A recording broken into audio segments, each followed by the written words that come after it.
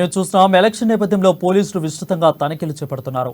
అందులో భాగంగా ఇస్సార్ నగర్ పిఎస్ పరిధిలో వాహనాలు తనిఖీ చేస్తుండగా పోలీసులకు 8 లక్షల రూపాయలు పట్టుపట్టాయి.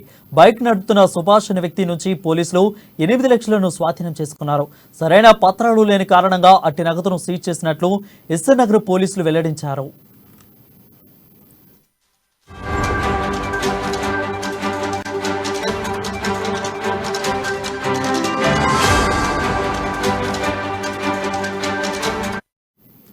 బ్రేకింగ్ న్యూస్ చూస్తున్నాం. ఎలక్షన్ నేపథ్యంలో పోలీసులు విస్తృతంగా తనిఖీలు చేపడుతున్నారు.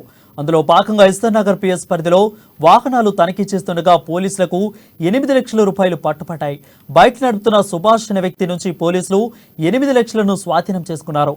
సరైన పత్రాలు లేని కారణంగా అట్టి నగదును సీజ్ చేసినట్లు ఇస్సార్ నగర్ పోలీసులు వెల్లడించారు.